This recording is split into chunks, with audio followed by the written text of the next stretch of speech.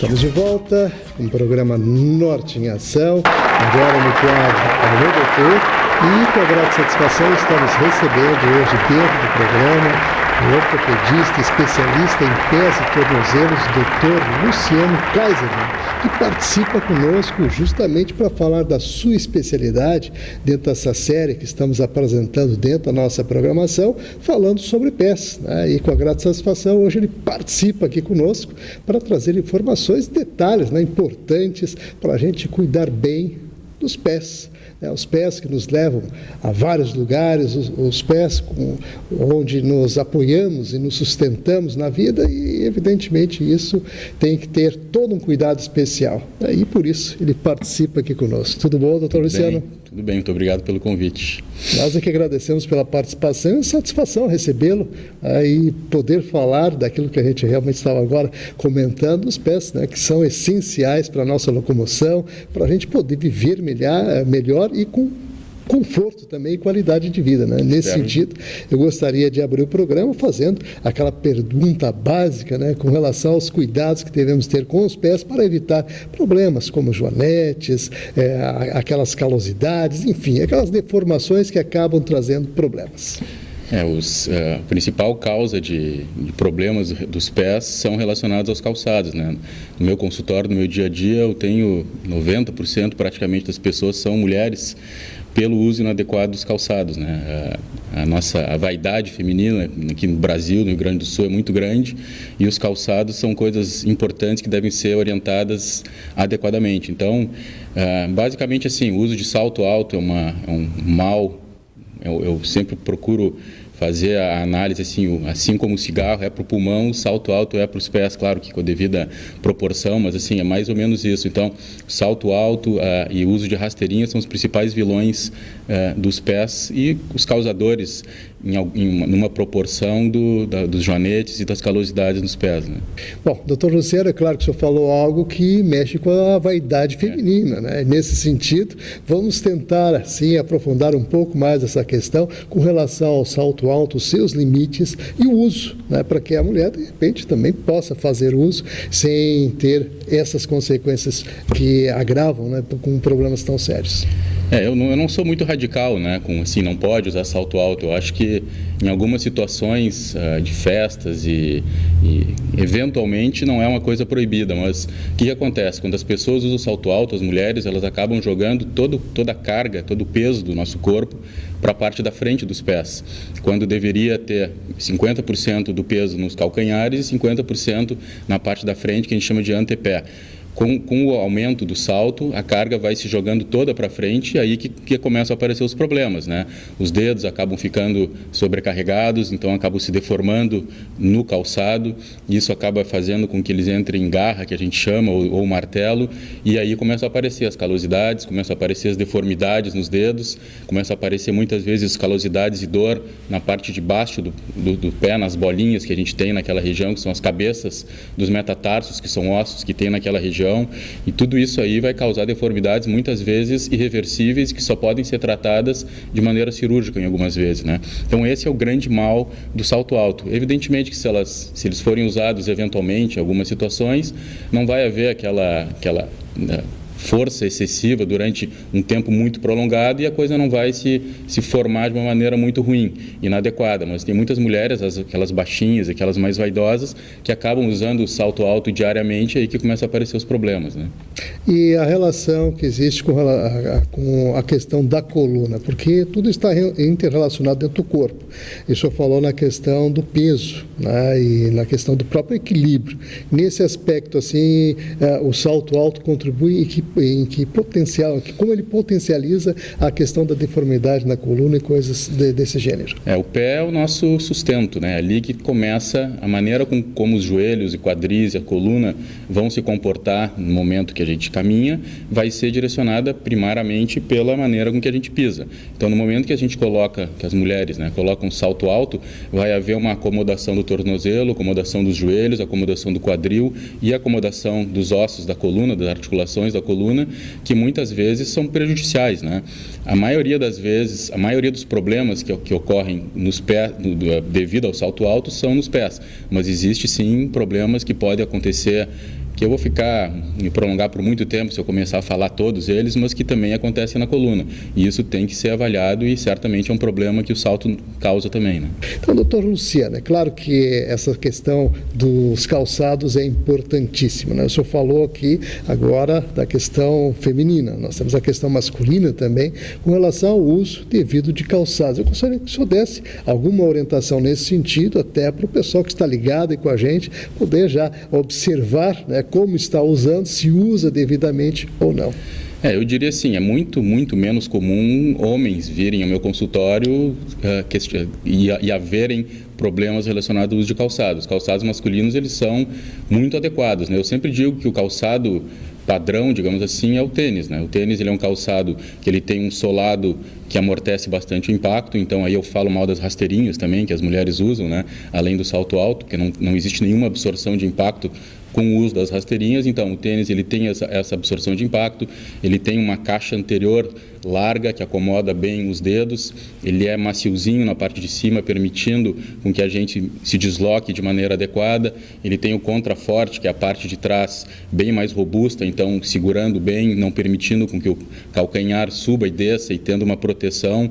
Então os calçados masculinos, eles são, na maioria das vezes, dessa maneira. Às vezes não são tênis, né? Eu não uso tênis no meu dia a dia, mas uso calçados de marcas boas e que tem um amortecimento adequado do ponto de vista de solado e do ponto de vista da palmilha, né? Tem uma caixa anterior larga. Então acho que eu resumi bem no que é um sapato ideal, né? O que está completamente fora do uso de rasteirinha e do salto alto, né? Que as mulheres usam, né? Os dois pontos, né, que se contrapõem, inclusive, bem alto, bem baixo, e os dois com um problema, evidentemente, né, no uso e em função, né, da questão de não dar aquela qualidade, né, do caminhar, em especial nas mulheres, como o senhor coloca aqui. Tem mulheres, só uma questãozinha, que, doutor, mas eu sou baixinha, eu quero usar um sapato um pouco mais alto. Então o que eu sugiro é que elas usem uma plataforma, por exemplo, que existe, que o grande problema é a diferença de altura que existe entre a parte de trás e a parte da frente do sapato. Então se elas usarem um sapato todo ele alto, não existe um problema tão grande. Então elas podem ficar de alguma maneira elegantes e protegendo os pés de alguma maneira também, né? Aí, dica do Dr. Luciano Kaiserman, trazendo aí informações sobre a questão dos pés, quer dizer que se a mulher quiser utilizar, né, um sapato um pouco mais alto para ganhar altura, a plataforma é indicada aqui por especialistas, né, em pés e tornozelos, que participa conosco, ortopedista também, e trazendo informações aí, hoje exclusivamente falando sobre os pés.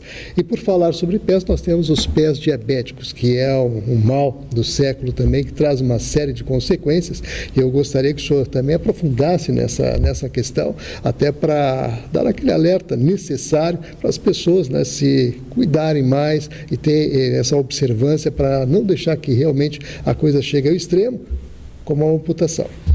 Eu acho que isso é um fator bem importante. Eu acho que é interessante muito falar dos calçados, mas o diabetes é algo que pode trazer amputação, inclusive a morte do paciente, né? Então, realmente é um tema importante.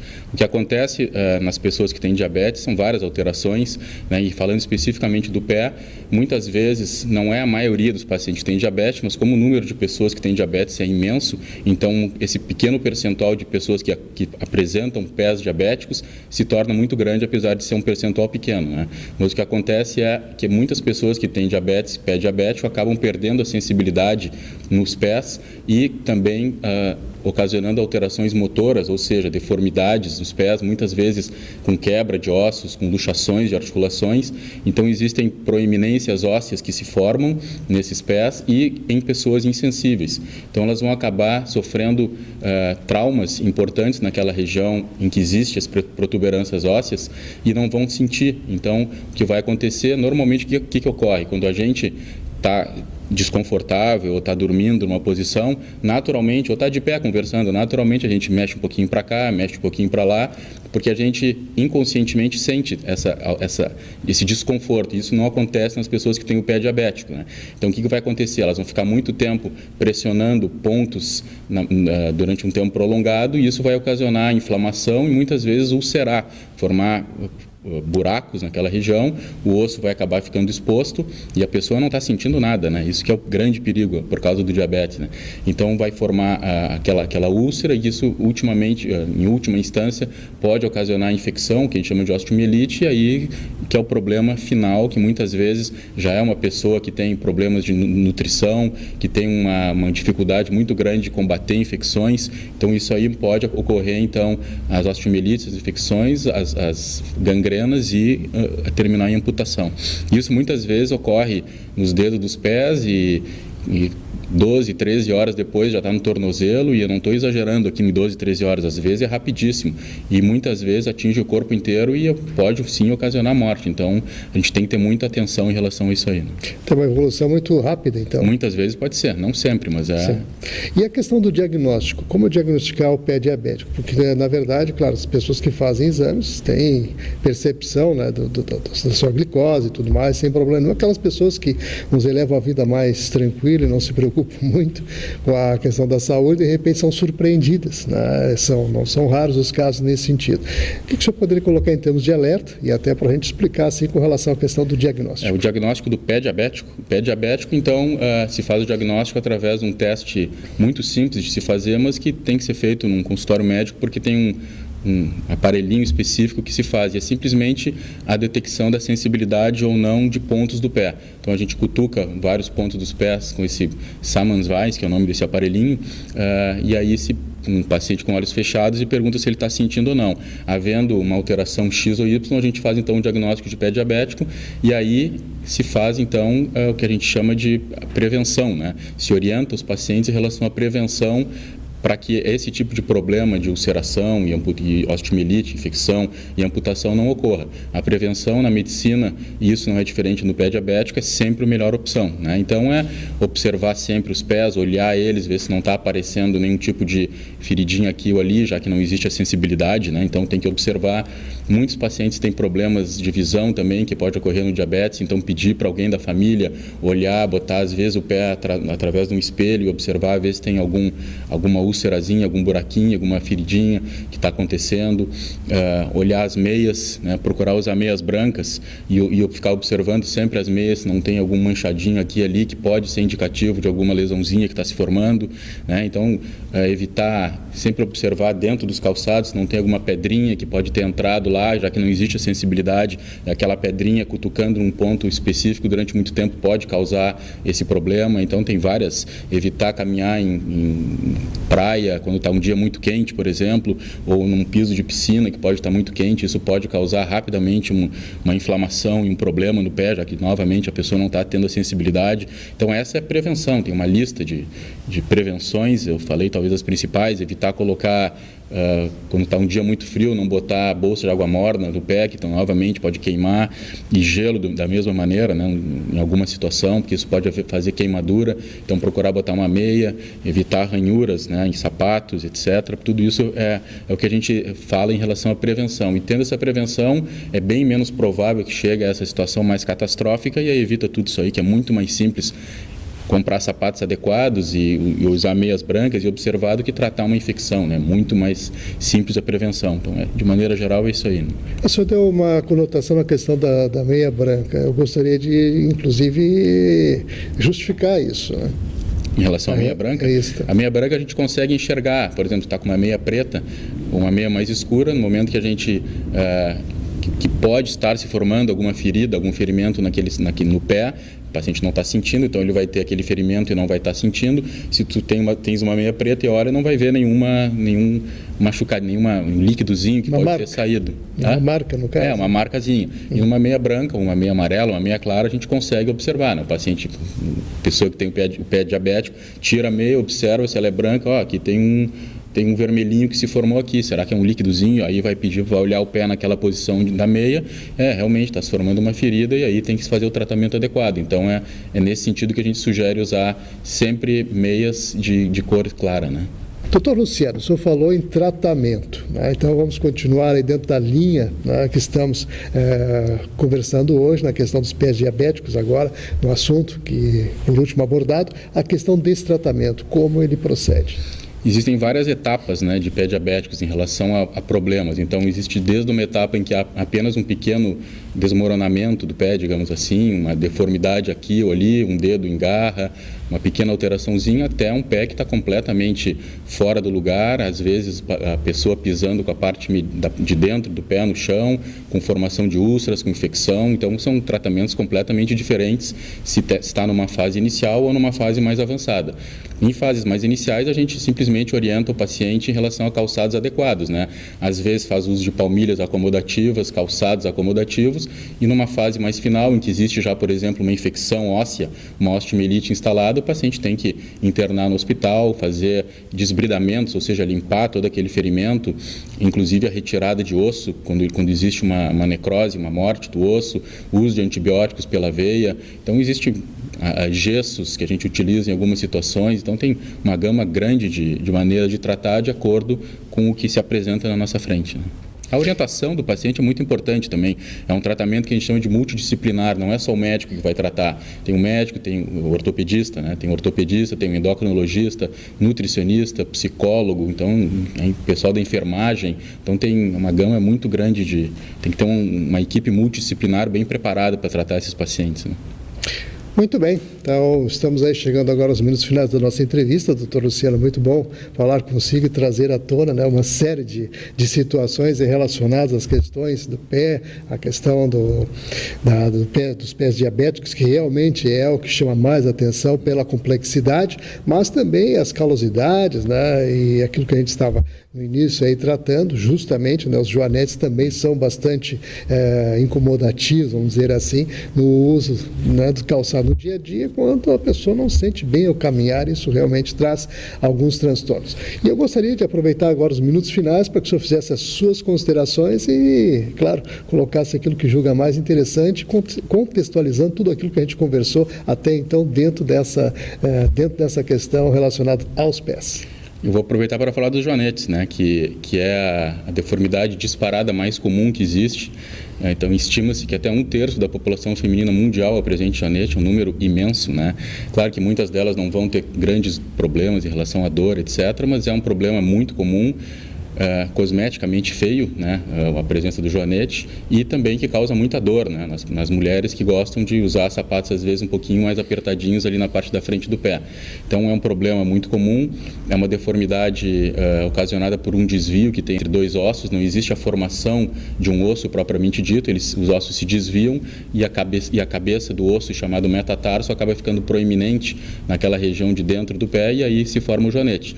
O tratamento ele é sempre cirúrgico, não existe uma maneira não cirúrgica de resolver o joanete. A pessoa pode muito bem conviver com ele se ela conseguir se adequar em relação a calçados, etc., mas nunca vai ter a deformidade corrigida se não for através da cirurgia. Então, existem algumas técnicas, né, várias técnicas, mais de 100 técnicas já foram descritas em relação ao tratamento do joanete. Claro que a grande maioria delas são técnicas antigas e inadequadas, mas se for feita uma técnica adequada, e a pessoa que tem o joanete tem que ter muito cuidado em relação a isso, né, consultar um profissional adequado, de preferência especializado nesse tema, para fazer o tratamento. É uma cirurgia relativamente simples, é muito comum. Eu tenho mais de 900 joanetes operados, dá uma base de 100 por ano, mais ou menos, e assim como vários colegas meus também tem um grande número de pacientes com essa deformidade. Se caminha no dia seguinte da cirurgia com um sapato especial chamado calçado de Baruch, que fica durante 40 dias mais ou menos. É uma anestesia regional do pé, local, uma cirurgia de 40 minutos mais ou menos que se realiza, e o resultado é extremamente satisfatório se feita a indicação e o tratamento de maneira adequada, né, com mais de 95% de sucesso no tratamento. Mais detalhes em relação a isso, acho que fica mais difícil de falar, mas acho que deu para abranger de maneira interessante o que é o joanete, como se trata e os resultados. Hoje eu acho que não vale a pena a pessoa que tem problemas em relação ao joanete ficar achando que é aquela lenda que existia antigamente, que vai voltar, que não tem tratamento, que tem que usar gesso. Ele não volta, não precisa de uso de gesso. Mudou muito o tratamento nos últimos anos em relação a isso aí. Então, acho que esse é o meu recado final. Muito bom, então vamos agradecer aqui a participação. Muito obrigado. Dr. Luciano Kaiserman, ortopedista, especialista em pés e tornozelos, trazendo informações aí pontuais sobre os pés e, claro, naquelas coisas que realmente mais incomodam e a preocupação muito grande na atualidade com relação à questão dos pés diabéticos dentro da série que a gente está fazendo aí relacionada aos pés, né, dentro do nosso Alô Doutor, né, o quadro que é destinado à saúde, onde a gente trata pontualmente de todas essas questões.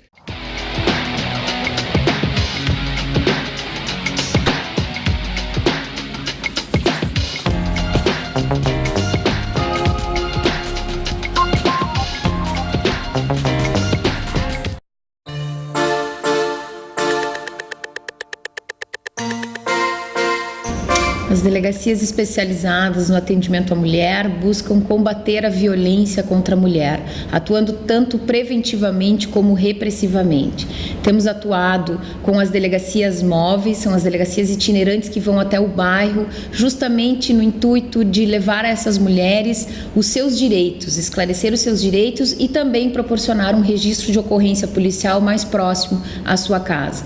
Fizemos inúmeras palestras, eventos, buscando sempre esse trabalho preventivo e atuando repressivamente na questão do combate à violência contra a mulher, prendendo os flagrantes, os agressores em flagrante e também preventivamente quando descumprem as medidas protetivas de urgência. Estamos à disposição em Porto Alegre, no Palácio da Polícia, na Avenida João Pessoa, 2050, 24 horas à disposição da mulher vítima de violência.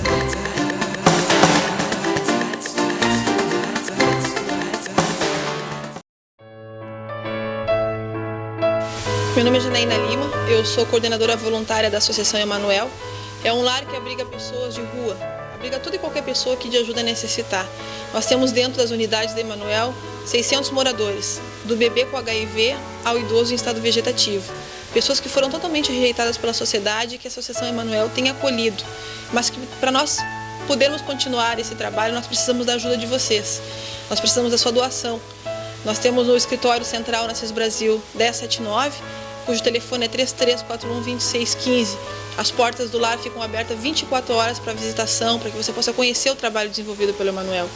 E eu deixo aqui o meu apelo, uma solicitação. Dê uma chance ao seu coração. Ajude a quem precisa. Um pequeno gesto seu fará grande diferença para todas as pessoas que acolhemos. Agora eu vou dar real pra vocês. Esse negócio dos magrão e das minas ficar se chapando nos estádios é de antepenúltima categoria. Não empata a tua vida, velho. Droga no campo é bola nas costas, cara. O que adianta o teu time ganhar se fora do campo tu vai ficar com a vida empatada? Droga no estádio não rola. E não me faz te pegar nojo. Deixe pra viajar na alegria do gol e não na ilusão da droga. Droga no estádio não rola.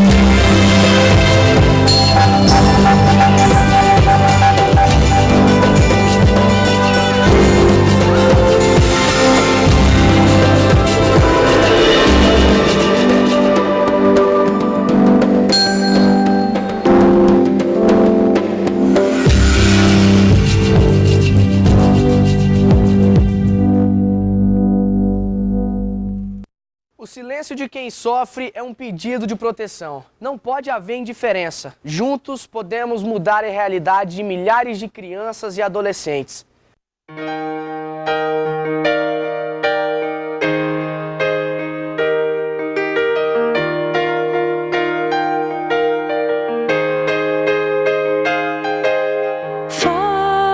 Faces de dor na terra, milhões na escuridão, violência sem razão. Sei que o amor supera, o carinho pode transformar. Quem de nós vai secar a lágrima da dor, da dor?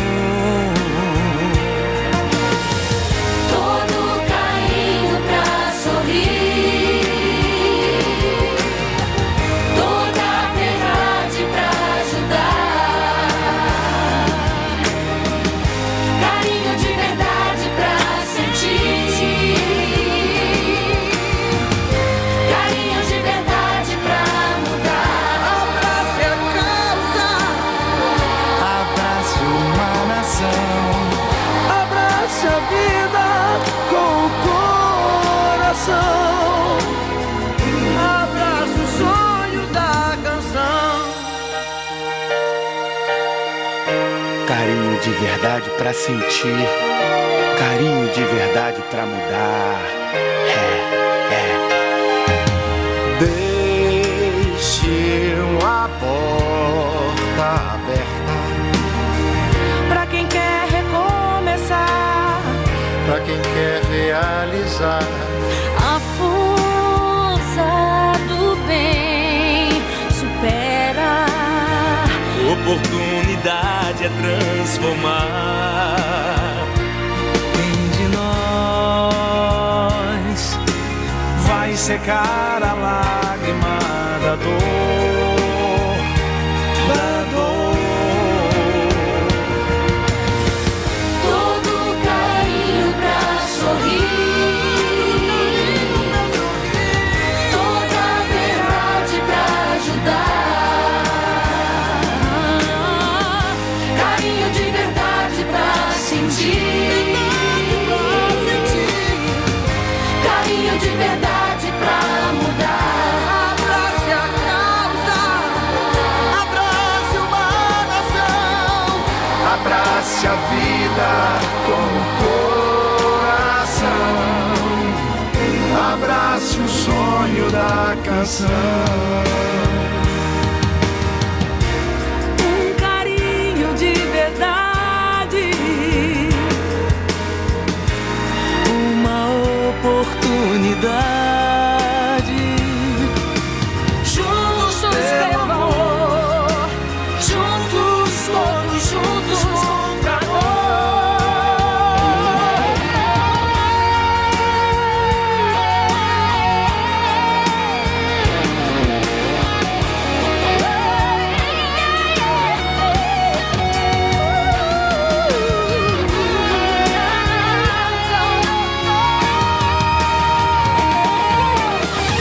todo carinho pra sorrir, toda verdade pra ajudar, todo carinho pra sorrir, toda verdade pra ajudar, carinho de verdade pra sentir, carinho de verdade pra mudar. Abrace a causa, abrace uma nação. Abrace a vida com o coração. Abrace o sonho da canção.